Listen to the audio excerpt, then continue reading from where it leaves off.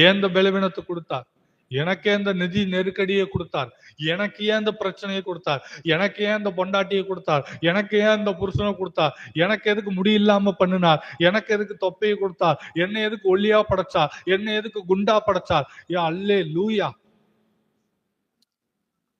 இப்படின்னு என்ன செய்யாதீங்க, புலம்பிட்டே வளாதீங்க. அவன் மாடி வீடு கட்டுறான், நான் இன்னும் குடிசை வீட்டிலே இருக்கிறேன். அவன் 10 சவரன் 20 சவரன் எடுக்கிறான். நம்ம விற்கிற விலைவாசிக்கு ஒரு என்ன செய்யறது இல்லை, ஒரு கிராமோட எடுக்க முடியறது இல்லை. அப்படின்னு சோர்ந்து போகாதீங்க. காரியங்களை மாறுதலாய் முடிய பண்ணுகிறவன் நம்முடைய தேவன். அல்லேலூயா. எல்லாத்தையும் மாற்ற அவரால் முடியும் போது இந்த சின்ன சின்ன பிரச்சனைகளை மாற்ற அவரால் முடியாதா? நான் ஏற்கனவே உங்களுக்கு சொல்லி இருக்கிறேன், வானத்தையும் பூமியவே மாத்தின அவரால நம்ம வாழ்க்கையை மாற்றுறதுக்கு எவ்வளவு நாளா இப்படிங்கிறக்குள்ள மாற்ற முடியும். வானம் உண்டாகட்டும், ஒண்ணுமே இல்லைங்க. ஆண்டவர் சொன்னார், செடி கொடிகள் உண்டாவதாக, முளைக்குது வேகமா. அல்லேலூயா.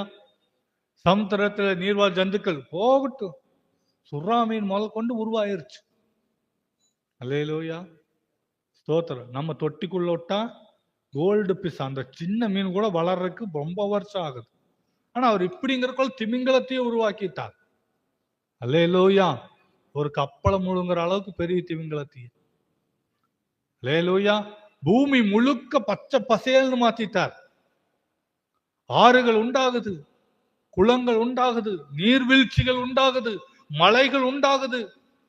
எப்ப உண்டாகட்டும் சொன்ன உடனே.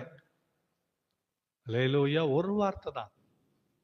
இப்ப நம்முடைய வாழ்க்கையில நம்முடைய வாழ்க்கையை மாற்றக்கு ஒரு வார்த்தை போதுமானது.